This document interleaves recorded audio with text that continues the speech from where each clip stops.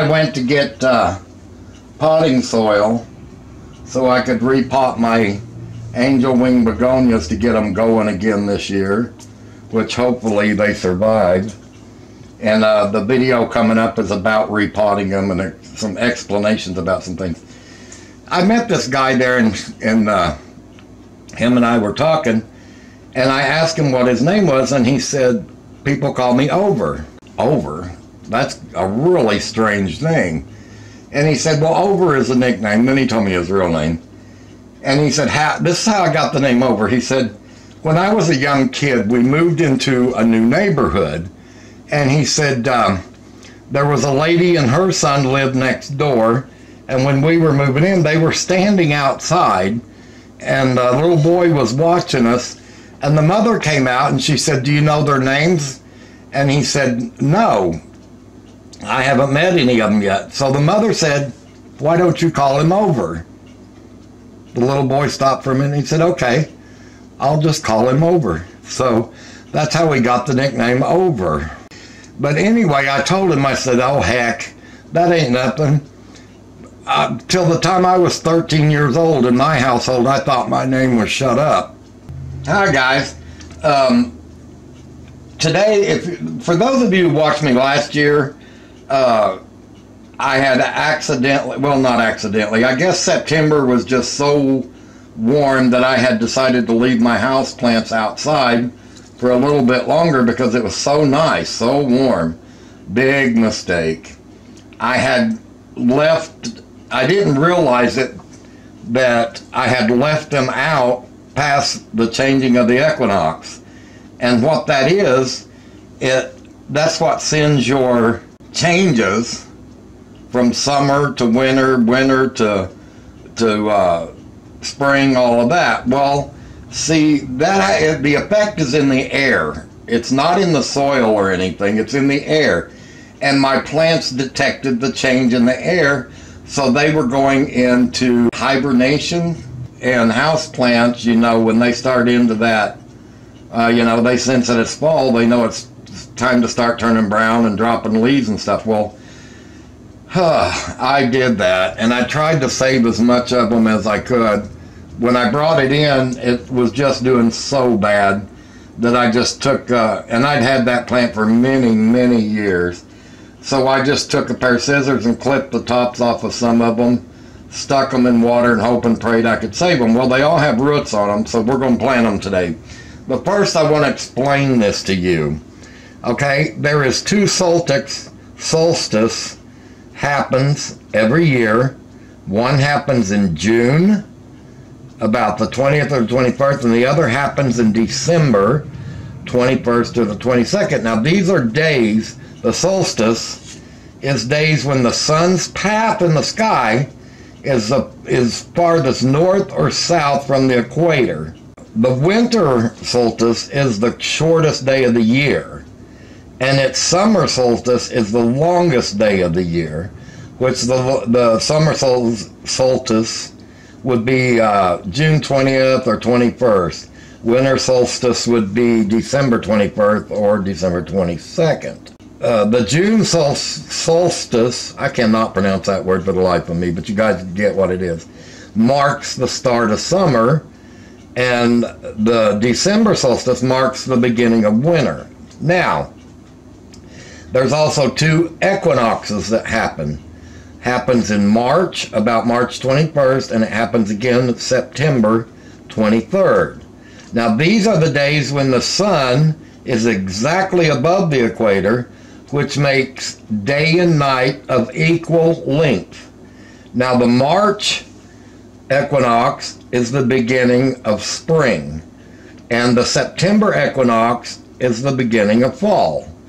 And that's what I did, is I had left mine outside at the September equinox, and my plants automatically thought that, you know, they're supposed to go into hibernation because of fall.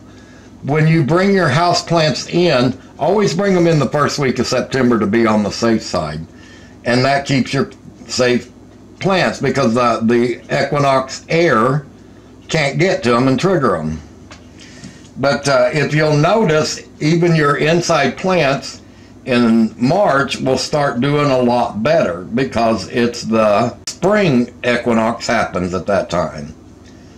All right, let's stop talking about that and do this. All right, first I'm going to take all these out. Now they've been in there all winter long. Look at, can you see how those roots have tangled together?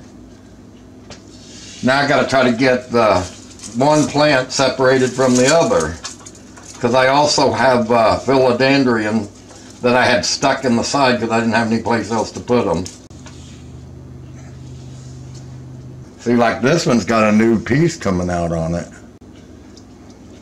Usually what I try to do is I try to plant them in a circle, and the reason I do that is so I can put some kind of post in the middle, because these things will grow up to 6, sometimes 7 and 8 feet tall. And see, look at this one. It's already got little blooms on it. And they should not be blooming right now. But it's because I had it so close to the window in there, I guess. Sometimes they won't grow that much the first year. But after that first year, man, look out. When they take off, they take off.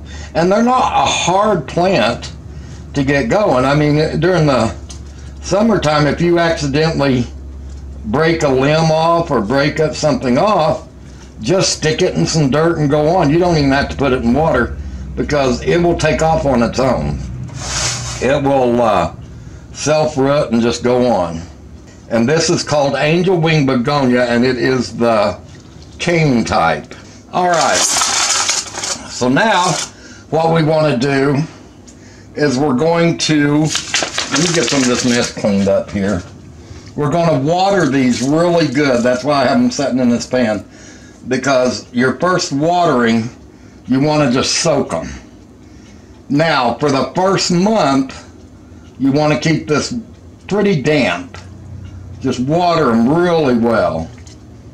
Let that soak in. And what I do is I just pour it until it starts, that's why I have it in this pan, because I just pour them until they start coming out the bottom. To move it back inside the first week of September, and it will have no effect on it at all. It will grow all winter, just like it did in the summer. And actually, now this plant, if it's outside like this, it will bloom red blooms like this. I'm going to take these off anyway. It will bloom giant. These are just little. It will bloom really huge red flowers. Now, if you have it inside the house and it blooms, it will bloom white flowers. And that's the only way I could save these, was put them in water over the winter to try to get some roots on them, because, you know, and in the summertime, like I said, if you break one, you can just stick it in the ground, it'll go. You don't have to do anything else to it. And if you know when to take them out and bring them in, they'll last for years and years and years and years. All right, so we're just going to let that soak through. Then I'll put it back in its place until June the 1st. And then June the 1st, it'll go out on the front porch. And then I will make another video showing it to you guys, how far it's come along. And that's why I plant these in a circle, so I can put a big stick or something right in the middle, so as they grow I can tie them up, because like I said, these will get they'll get between 5 and 8 feet long, or 8 feet tall. And they usually bloom in late August, between the middle of August and the first couple of weeks of September is when these things bloom. And this is called the angel wing begonia. And this is cane style. And I hope this helped you out a little bit. And I hope my information on the solstice and the equinox wasn't very boring. But I hope it does help you and explain it a little bit. All right, guys. I will talk to you later.